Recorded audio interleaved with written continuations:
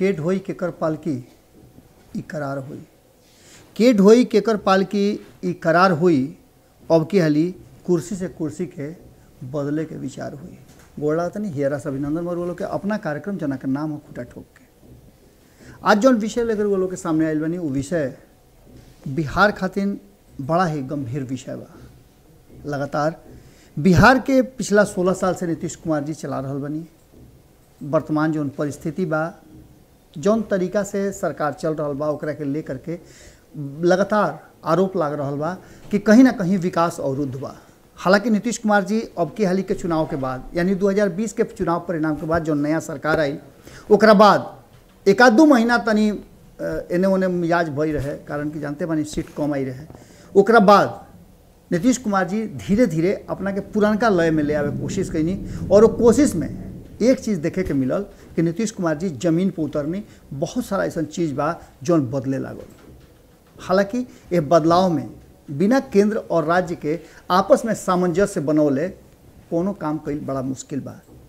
इस सब के बीच में यह बात के चर्चा जबरदस्त ढंग से चल रहा बा कि आखिर कुर्सी से कुर्सी के बदलायन हुई। कुर्सी से कुर्सी से बदलायन करे खातिर ये जो चर्चा लगातार चल रहा बा एकरा पीछे कई गो तर्क और तथ्य बा। लगातार हुआ देखा तनी कि जौना तरीका से भारतीय जनता पार्टी के डेरवावे खातिर नीतीश कुमार जी कई गो ऐसा योजनाबद्ध तरीका से प्लान बनौले और ये प्लान कहीं ना कहीं दिल्ली तक ले पहुँचल। जातीय जनगणना वाला रुआ जानते बानी। लेकिन चर्चा ये विषय के नहीं है। चर्चा ये विषय के बाद कि भारतीय जनता पार्टी और ख़ास करके नरेंद्र मोदी और अमित शाह के जोड़ी जो उनकी ये देश पर पूरी तरह से राजनीतिक रूप से डोमिनेट कर रहा बा वो यह लोग के कैसे स्थान दी इतना आसानी से कैसे पटका जाई। जब रिंग में आवे के बात हुई तो निश्चित रूप से भारतीय जनता पार्टी अपनी युक्ति और योजना जरूर भिड़ाई और लगातार ऐसा हो रहा पिछला 7 साल से। 7 साल में देखिए कि पूरे देश भर में अधिकांश राज्य पर कब्जा भारतीय जनता पार्टी के रहा।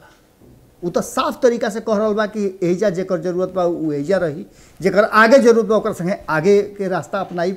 ये जरूरी नहीं है कि कुल लोग से करार जो हुई तो केंद्र से लेकर के राज्य तक एके हुई। यानी कि वह समझता नहीं कि भारतीय जनता पार्टी के साफ कहना बा कि जहाँ वो मजबूत बा ओजा केहू के जरूरत नहीं है।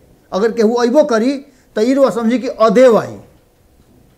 जैसे बिहार में जानता भारतीय जनता पार्टी कि नीतीश कुमार के बिना ओकर काम ना चली। 2015 में वो देखल ही नहीं। 2005 से 2020 तक के जो लगातार चुनाव के प्रक्रिया चल वो प्रक्रिया में कई गो ऐसा मौका आई जिनमें सबसे स्वर्णिम मौका 2010 वाला रहे। 2010 में 200 से भी ज़्यादा सीट 243 में से 200 से भी ज़्यादा सीट नीतीश कुमार जी के नेतृत्व में लेकर के आई रहे। जो हमें 115 सीट तो नीतीश कुमार जी का अकेला रहे। यानी तनी मनी 19-20 में सरकार बना रहने अकेले दम पर। लेकिन भारतीय जनता पार्टी के संग चलल 2020 में भी स्थिति वैसे नहीं आई और यह बात के लेकर के भारतीय जनता पार्टी बेरी बेरी नीतीश कुमार जी के पीछे पीछे चले खातिर मजबूर हो जाता। 2020 में तो देखबे कहीं कि चुनाव परिणाम जौन आयल ओकरा के लेकर के जौन बात सामने आयल ओकरा से ये स्पष्ट हो गई कि नीतीश कुमार जी निश्चित रूप से अब भारतीय जनता पार्टी के कान्हा पर लेकर के आगे बढ़ी हैं। 2015 में भारतीय जनता पार्टी के सरकार ना बन रहे, फरमान जारी हो रहे महागठबंधन के पक्ष में। लेकिन नीतीश कुमार जी ऐसा आदमी बा कि जौन भारतीय जनता पार्टी के फिर से सत्ता में 2 साल से भी कम समय में ले आ दिलस। लेकिन अब स्थिति परिस्थिति बदले वाला बा।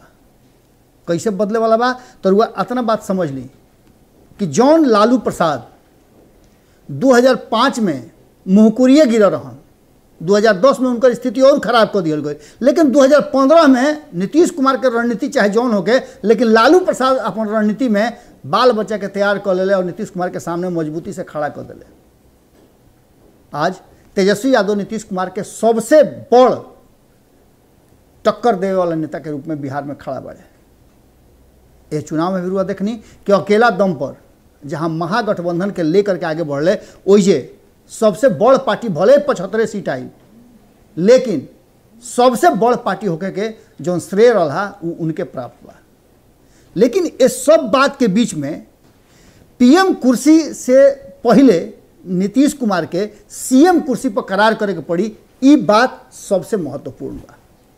का नीतीश कुमार एक खातिर अपना के तैयार करी है? दावेदार बहुत हो गई बाड़े और इस दावेदारी में भारतीय जनता पार्टी के बात बुझा गई बा कि कहीं ना कहीं नीतीश कुमार जौन बाड़े उ कबहुओं झटका दे सकेले, यानी कि लंगड़ी मार सकेले। तो जब लंगड़ी मरी है तो ओकरा पहले तैयारी करे के पड़ी नू। जैसे ही नीतीश कुमार जी दिल्ली जाता रहे और अपन दमखम दिखावता रहे नरेंद्र मोदी के कि तुरंते वजह से नया फरमान जारी हो जाता और बिहार के राजनीति में बहुत कुछ बदले लागता। वो देख लो कि हाल फिलहाल में जेपी विश्वविद्यालय के जौन कोर्स रहा वो कोर्स में जौन पुरान लोग रहे जिनका नाम रहे जौन बिहार के पुरोधा लोग रहा वो लोग के नाम हटावे के बात चल रहा है। जेपी के नाम, लोहिया के नाम, राजा राम मोहन राय के नाम, ये सब लोग के नाम हटावे के, दयानंद सरस्वती के नाम, इस सब नाम हटावे के जब चर्चा हो गई और एक जगह पर कुछ ऐसा नाम जोड़े के कोशिश हो गई कि जना के लेकर के विपक्ष तो पूरी तरह से भारतीय जनता पार्टी और नीतीश कुमार पर गरमा गई और यहाँ तक ले कहल कि संघी हो गई बड़े।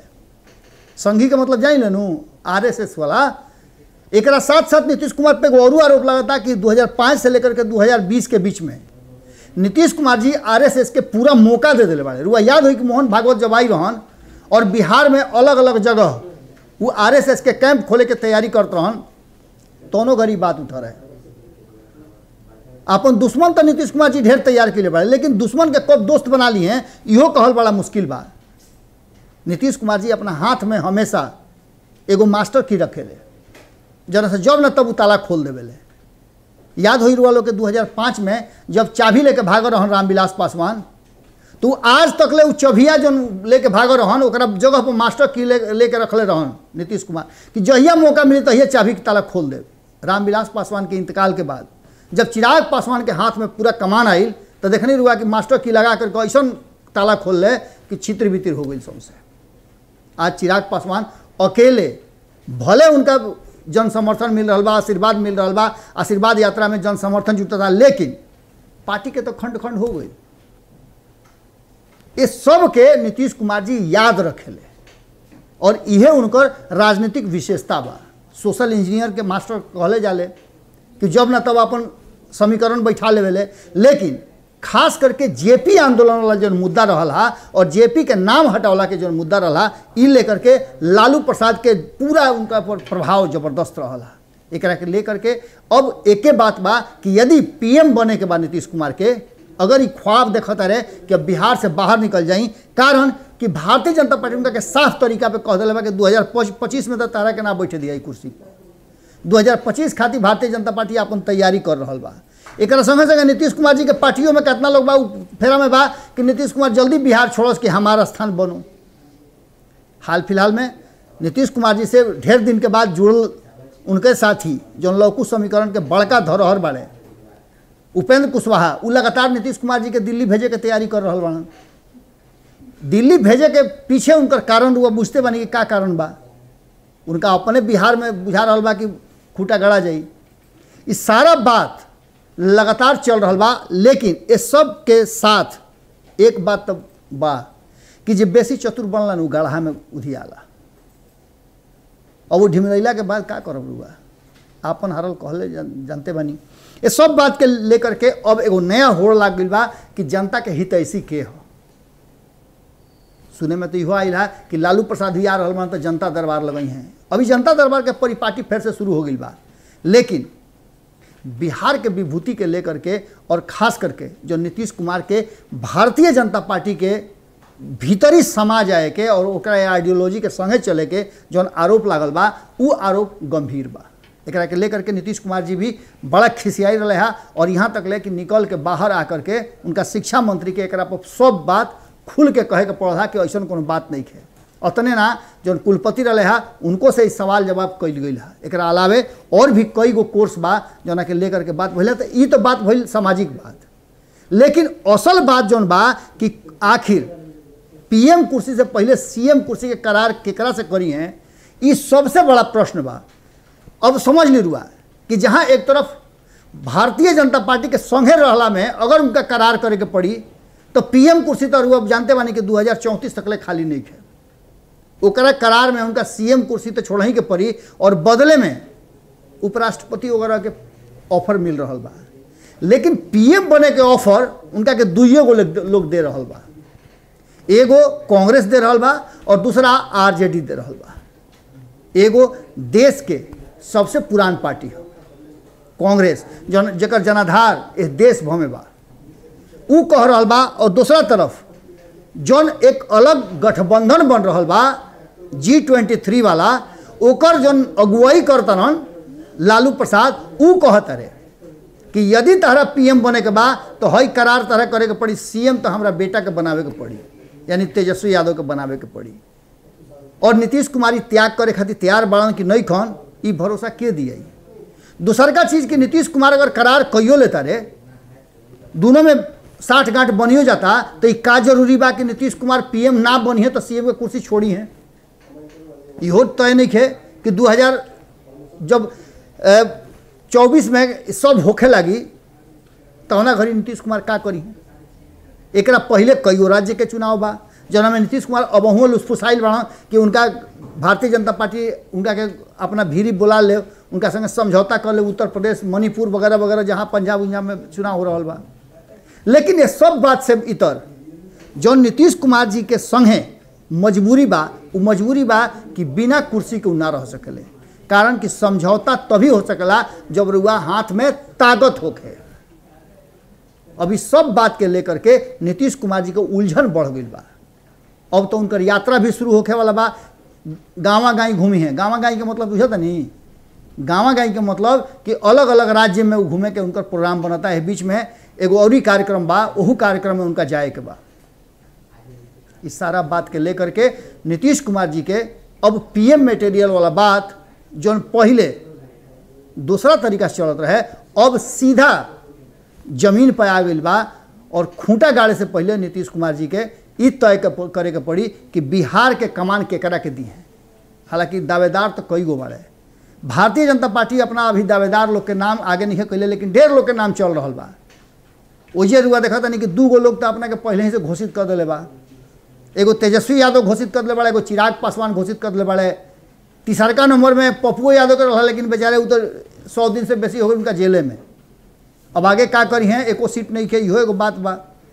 लेकिन ई तय बा कि नीतीशो कुमार के पार्टी में सीएम उम्मीदवार के कमी नहीं है।